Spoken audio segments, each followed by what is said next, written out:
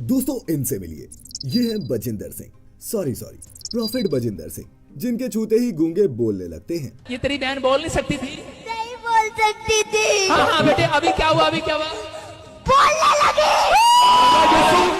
और लंगड़े भागने, ये जिनका भी हाथ पकड़ लें उनका सब सही हो जाता है। हालांकि अभी इनके खुद के ही हालात सही नहीं चल रहे और फिलहाल ये जेल की हवा खा रहे हैं, और वो भी किसी ऐसे वैसे केस में नहीं, बल्कि रेप और ब्लैकमेल के केस में। ऐसे में सवाल उठना लाजमी है कि एक रेपिस्ट ढोंगी ने पंजाब की जनता को अपने इस जाल में फंसाया कैसे, और क्या ये पास्टर्स क्रिश्चियनिटी के लिए काम करते हैं, या फिर मिलने वाले दान सोशल मीडिया और पवित्र तेल बेच कर मिलने वाले पैसे और शोहरत के लिए। साथ ही जानेंगे ये भी कि आखिर पंजाब में ईसाई धर्म इतनी तेजी से फैल क्यों रहा है, इन टुडेज वीडियो, जिसका टाइटल है व्हाई इज पंजाब गेटिंग क्रिश्चियनाइज्ड।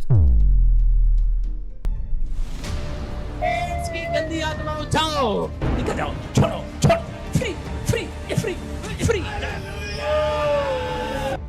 लेकिन उससे पहले आप सभी से एक अपील कि वीडियोस अच्छी लगे तो देखने के साथ साथ इस पर अपनी सुझाव टीका टिप्पणी जरूर करें, ताकि हम भी आपकी सुन सके। कंटेंट पसंद आए तो चैनल को सब्सक्राइब कर लें, और याद रखें कि हमारा मकसद किसी भी धर्म, संप्रदाय या फिर समाज का दिल दुखाना नहीं है, बल्कि इसी समाज में बैठे उन बुरे तत्वों को उजागर करना है जिनके बारे में लोग अक्सर बात नहीं करते। हाँ बेटे, अभी क्या हुआ? बोलने लगी। और देखो ये कह रहे हैं क्रिश्चियन बन जाओ नहीं तो नरक में जाओगे। अरे गॉड चाहता कि मैं क्रिश्चियन बनूं तो पहले ही क्रिश्चियन परिवार में पैदा करता। अब क्यों धर्म बदलवा रहे हो? रॉन्ग नंबर है। अब जहां चाइना जैसे देश BYD और डीपसीक जैसी कंपनीज बनाकर मार्केट को डिसरप्ट कर रही हैं, वहीं अपना देश भंडार है हर गली मोहल्ले में मिलने वाले इल्मी बाबाओं और तांत्रिकों का, जो बड़ी से बड़ी बीमारी और जिंदगी की हर प्रॉब्लम को सही करने की गारंटी देते हैं। लाइफ की परमुटेशंस और कॉम्बिनेशंस में लड़खड़ाने वाले अक्सर इन बाबाओं के पास उम्मीद लेकर जाते हैं कि क्या पता यही उनका कोई समाधान कर दे, जबकि ये भोले भाले लोग नहीं जानते कि वो और कुछ नहीं उनके ग्राहक बन रहे हैं, फिर चाहे वो पैसा देकर बने या फिर अपना टाइम देकर। पंजाब हरियाणा के इलाकों में ये बाबा या फिर डेरा कल्चर बहुत फैला हुआ है, जिसके 3 मेन रीजंस हैं। सबसे पहला है सोशल, तो सामाजिक कारणों में लो लिटरेसी रेट और कास्ट सिस्टम सबसे इम्पोर्टेंट है। कम पढ़े लिखे लोगों को चमत्कार दिखाकर फंसाना इन बाबाओं के लिए काफी इजी होता है। दूसरा, पंजाब की 63% और हरियाणा की 46% पॉपुलेशन SC और OBC है, जबकि इन स्टेट्स की ज्यादातर जमीनें अपर कास्ट के कंट्रोल में हैं, जिसके चलते पीढ़ियों से इन बैकवर्ड क्लासेस के साथ डिस्क्रिमिनेशन होता आया है। पंजाब के गांव में जाएंगे तो आपको आज भी 2 गुरुद्वारे मिलेंगे, एक अपर कास्ट का और दूसरा लोअर कास्ट का। अब इसी डिस्क्रिमिनेशन को ये बाबा हो, मौलवी हो या फिर कोई पास्टर, ये बखूबी भुनाते हैं और अपनी साथ संगत को एक साथ बिठाकर उन्हें लंगर खिलाकर और कभी ना मिला सम्मान देकर अपना ऐसा कट्टर भक्त बना लेते हैं कि वो इनके खिलाफ कुछ नहीं सुनता। आर्थिक कारणों में सबसे अहम है ग्रीन रेवोल्यूशन, जिसके आने के बाद यहाँ के किसानों के पास पैसा तो आया, लेकिन समाज के एक बड़े हिस्से में अनपढ़ता, बेरोजगारी और गरीबी बनी रही। लोग बीमारी या फिर फाइनेंशियल प्रॉब्लम्स के सॉल्यूशन के लिए भी अलग अलग बाबाओं के पास जाते हैं, जो उन्हें ऊट पटांग अनसाइंटिफिक सॉल्यूशंस देकर उनका बचा कुचा धन और दिमाग दोनों ले जाते हैं। रिलीजियस रीजन, तो धार्मिक कारणों में वो मायूसी सबसे अहम है जो लोगों को अपने धर्म से होती है, लेकिन कुछ लोग सभी चीजों का ठीकरा भगवान पर ही फोड़ने लगते हैं, और ऐसे में जब वो मायूस होकर चमक धमक वाले इन बाबाओं को देखते हैं तो उन्हें ही अपने दुखों के निवारण का शॉर्टकट समझने लगते हैं, जबकि इन डेरों में कुछ होता है तो सिर्फ अंधविश्वास का धंधा, और इसी अंधविश्वास के नाम पर लोगों को लूटा जाता है, और अगर कोई उन्हें समझाने की कोशिश करे तो वो उसे ही अपना दुश्मन समझ लेते हैं। अब आपको राम रहीम तो याद ही होगा,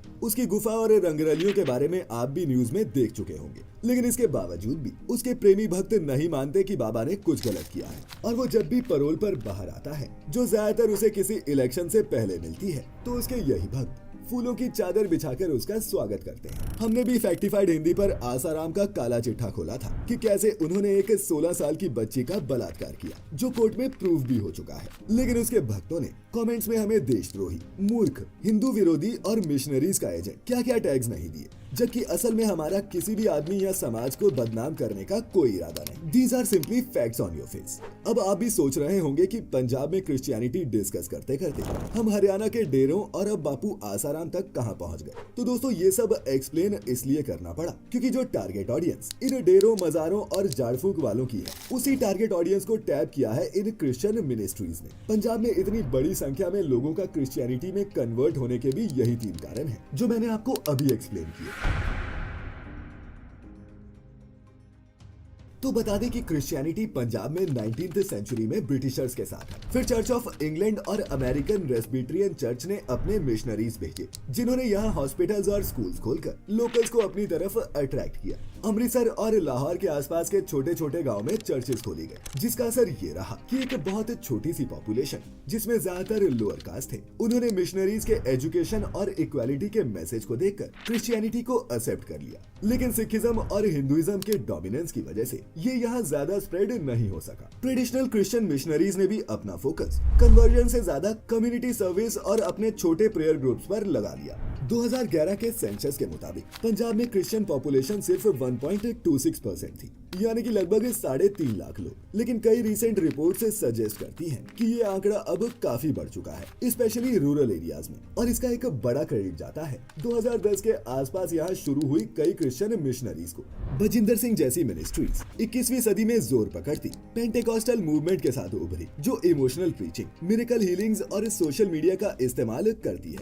अंकुर नरूला, हरप्रीत देव, जशन गिल, बजिंदर सिंह और कंचन मित्तल जैसे कई लोगों ने इसी दौरान अपनी पहचान बनाई और अब इन्हें लाखों लोग फॉलो करते हैं। शुरुआती दौर में तो इन सब ने ही छोटे लेवल से शुरुआत की, जिसमें ये कुछ लोगों को बेवकूफ बनाकर उनको चमक दिखाकर अपनी तरफ अट्रैक्ट करते, और जब दिखने लगा कि बिजनेस ग्रो कर रहा है, तब ये नकली एक्टर्स को अपनी सभा में बुला बुलाकर खतरनाक से खतरनाक बीमारियां ठीक करके दिखाने लगे। लोग भी सोशल मीडिया पर ये सब ड्रामा देखकर दौड़े दौड़े इनकी मिनिस्ट्रीज में पहुंचते, क्योंकि दोस्तों जब इंसान को कोई रास्ता नहीं दिखता और वो दूसरों को देखता है इन मिराकुलस झाड़ फूक से ठीक होते हुए, फिर भले ही वो उनके ही अंडरपेड ओवर एक्टर्स हों, तो लोगों को लगता है कि उनकी जिंदगी भी सुधर सकती है, और इसी आस में वो अपना धर्म तक छोड़ने को तैयार हो जाते हैं। इसके अलावा हजारों की भीड़ से मिलने वाला social proof, larger than life charismatic leader, sense of community और फोमो जैसे कई कारण हैं कि लोग इन मिनिस्ट्रीज की तरफ खींचे चले आते हैं। इन मिनिस्ट्रीज में होने वाली प्रेयर मीटिंग्स, जिन्हें ये प्रार्थना सभा कहते हैं, लोगों को क्रिश्चियनिटी की तरफ अट्रैक्ट करने का सबसे कारगर तरीका है।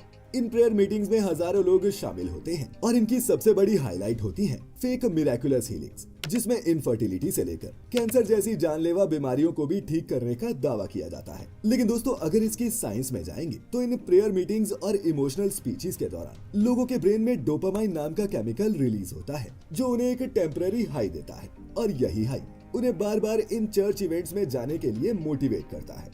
रूरल एरियाज जैसे जलंधर, अमृतसर और गुरदासपुर में क्रिश्चियनिटी की ये ग्रोथ ज्यादा विजिबल है। चर्चेस के साथ साथ यहाँ क्रिश्चियन स्कूल्स और कम्युनिटी सेंटर्स की तादाद तेजी से बढ़ रही है, जो साबित करता है कि क्रिश्चियंस का जो नंबर स्टेट में 2011 में था, आज उसमें कई गुना का इजाफा हो चुका है, और यही बड़े बड़े नंबर्स कई मिनिस्ट्रीज और पास्टर्स के दिमाग में चढ़ चुके हैं। तो ये केस था 2018 का, जिसमें एक महिला ने एक्यूज किया कि प्रॉफेट बजिंदर सिंह ने उसे विदेश ले जाने का लालच देकर न सिर्फ उसके साथ रेप किया, बल्कि इसे घिनौने एक्ट की वीडियो बनाकर उसे बाद में ब्लैकमेल भी किया। पीड़िता ने इसकी शिकायत की और 8 सालों की लंबी कानूनी लड़ाई के बाद आखिरकार मोहाली कोर्ट में उसे इंसाफ मिला। ये 8 साल पीड़िता और उसके परिवार ने धमकियों और दहशत के बीच कैसे बिताए होंगे, इसका आप अंदाजा भी नहीं लगा सकते।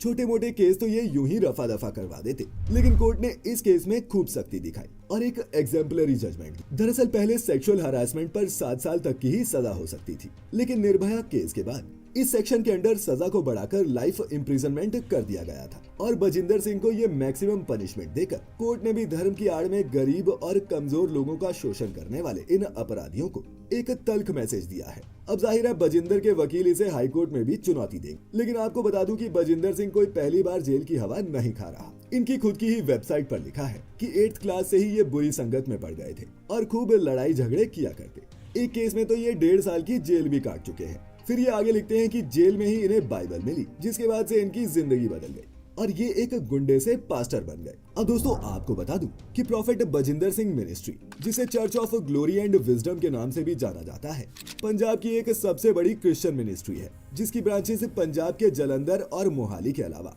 अमेरिका, ब्रिटेन और कनाडा जैसे देशों में भी है। लेकिन सिर्फ छूकर किसी की टांगे या फिर जुबान सही कर देने वाले ये बजिंदर बाबा शायद खुद के टेम्पर इश्यूज को अब तक ठीक नहीं कर पाए, क्योंकि हाल ही में इनकी एक वीडियो वायरल हुई थी जिसमें ये अपने ही ऑफिस में एक महिला को थप्पड़ मारते नजर आते हैं, और वो भी कई लोगों के सामने।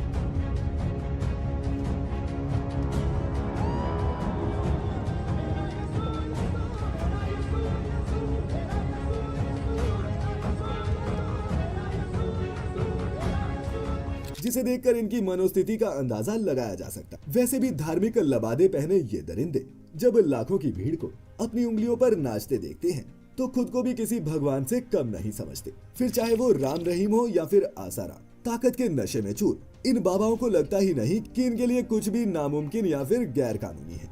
जिस लड़की को डीपर मार देता था ना, उस लड़की को रात को आसाराम के नारायण साईं के भोग के लिए उसको कुटिया में भेजना है। तुम्हें भगवान के साथ सेक्स करने का मौका मिल रहा है, तुम अपने आप को धन्य समझो। जब बापूजी ने कुछ किया ही नहीं है, फिर क्यों सहे इतना अपमान? जो साधक आश्रम छोड़कर चले गए, उन लोगों ने आकर बताया था कि इस तरह से ब्लैक मैजिक हो रहा है आश्रम के अंदर। जिसको बकवास करना है करते रहो। एक और चीज जो इन पंजाब के पास्टर्स में आपने भी नोटिस की होगी, और वो ये है कि ये अपना धर्म तो बदल लेते हैं लेकिन नाम नहीं बदलते, सिर्फ आगे प्रॉफिट लगा देते हैं। तो बता दूं कि ये उन्हें पंजाब के लोकल कॉन्टेक्स्ट में इफेक्टिव बनाए रखता है और लोगों को ये एहसास दिलाता है कि क्रिश्चियनिटी अपनाने के बावजूद वो अपनी पंजाबी आइडेंटिटी नहीं खो रहे। जॉन या माइकल जैसा कोई क्रिश्चियन नाम उन्हें लोकल ऑडियंस से दूर कर सकता है, जबकि सिंह नरूला जैसे सरनेम वाले बंदे उन्हें अपने ही बीच के लगते हैं। इसके अलावा ये पास्टर्स अपने प्रचार में रिलीजियस सिंक्रेटिज्म का भी इस्तेमाल करते हैं, जिसमें ये जीसस की क्रिश्चियन टीचिंग्स को पंजाबी कल्चर के एलिमेंट्स जैसे कीर्तन, लंगर या फिर पगड़ी के साथ मिलाकर पेश करते हैं। साथ ही ये प्रीचर्स इंग्लिश या फिर हिंदी की जगह पंजाबी को ज्यादा तरजीह देते हैं, जिससे ज्यादा से ज्यादा लोकल्स तक इनकी कही बातें पहुंच सके। वहीं पंजाब का पॉप कल्चर, मूवीज, सॉन्ग्स और इन्फ्लुएंसर्स, ये सब भी क्रिश्चियनिटी के स्प्रेड में एक इम्पोर्टेंट रोल प्ले करते हैं। पंजाबी फिल्म्स और म्यूजिक वीडियोस में आजकल कई क्रिश्चियन रेफरेंसेस देखने को मिलते हैं।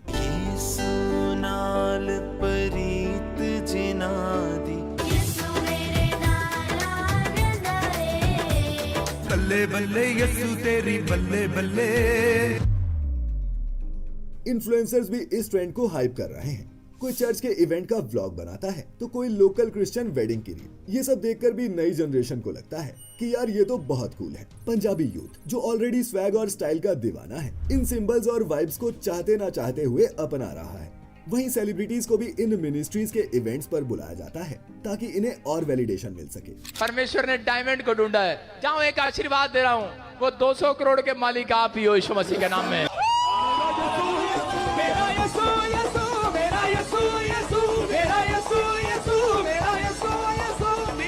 ये बिल्कुल वैसा है जैसे इन सेलेब से किसी प्रोडक्ट का ऐड करवाना, बस फर्क ये है कि यहाँ प्रोडक्ट रिलीजन है। तो दोस्तों, बजिंदर सिंह जैसे लोग धर्म के नाम पर न सिर्फ आपका भरोसा तोड़ते हैं, बल्कि आपके दर्द और मजबूरियों का फायदा उठाकर आपको एक ऐसे रास्ते पर ले जाते हैं जहाँ आप दिमाग से सोचना बंद करके सिर्फ एक ब्लाइंड फॉलोअर बनकर रह जाते हैं। इन डेरों और मिनिस्ट्रीज में जाकर हो सकता है कि आपको कुछ वक्त के लिए सुकून या फिर डोपामिन मिले, लेकिन याद रखें कि ये सुकून टेम्पररी है। परमानेंट सॉल्यूशन तो तभी मिल सकता है जब आप अपने जीवन की जिम्मेदारी खुद उठाते हैं, सही दिशा में कदम बढ़ाते हैं और कड़ी मेहनत से अपना और अपने परिवार का भविष्य सुधारते हैं। तो दोस्तों, जागरूक बनो, सवाल उठाओ और अंधविश्वास से ऊपर उठकर सच्चाई की राह पर चलो। इसी मैसेज के साथ खत्म करते हैं आज की ये वीडियो। पंजाब में क्रिश्चियनिटी के इतना तेजी से फैलने के ऊपर आपकी क्या राय है? नीचे कमेंट्स में लिखकर जरूर बताएं। कंटेंट पसंद आया हो तो वीडियो को अपने दोस्तों, रिश्तेदारों के साथ शेयर जरूर करें। जल्द ही फिर मिलेंगे, और अगर वीडियो में यहाँ तक बने हुए हो तो तहे दिल से आपका बहुत बहुत शुक्रिया।